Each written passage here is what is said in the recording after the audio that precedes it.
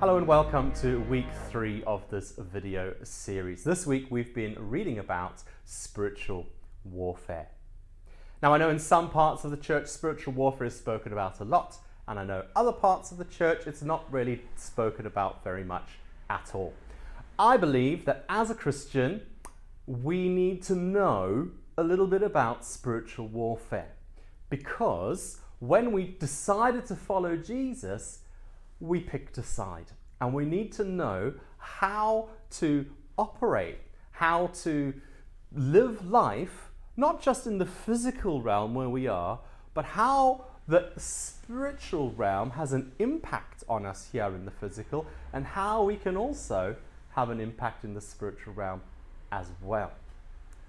So we're engaged in spiritual warfare, and the Bible tells us that the epicenter of this conflict is actually in the spirit. Yes, we can see some of it sort of spilling over and working out in the physical.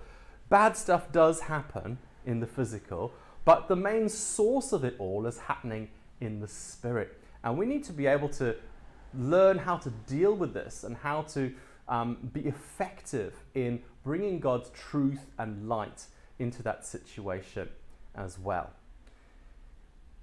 So often when I watch a TV program and there's sort of a good versus evil theme, the evil seems to be so big and so huge, and the lead actor who's trying to counteract this pervading evil by doing something good or saving somebody or whatever it may be, their efforts seem so small and pathetic in comparison to this overwhelming sense of evil all around them. But that is the opposite of what's happening in reality. You see, Jesus has already won our victory. We are standing in a position of victory in Christ. He has already defeated Satan on the cross. So actually, we are the stronger ones. And it's Satan and his demons or followers, or whatever you want to call them, Satan and his angels are the small ones.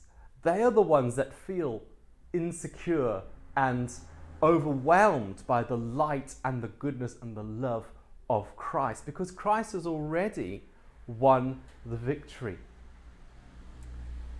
Now, we need to learn how to resist Satan. The Bible tells us, resist the devil and he will flee from you.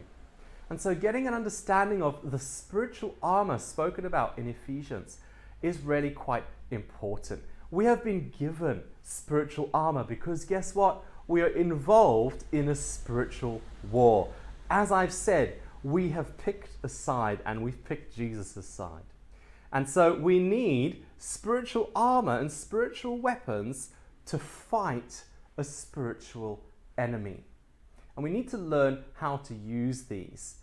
And because these are pieces of armor, we could just hang them up on the wall and admire them from a distance and say, oh yes, look at that. Oh yes, my faith. Oh yes, whatever it is.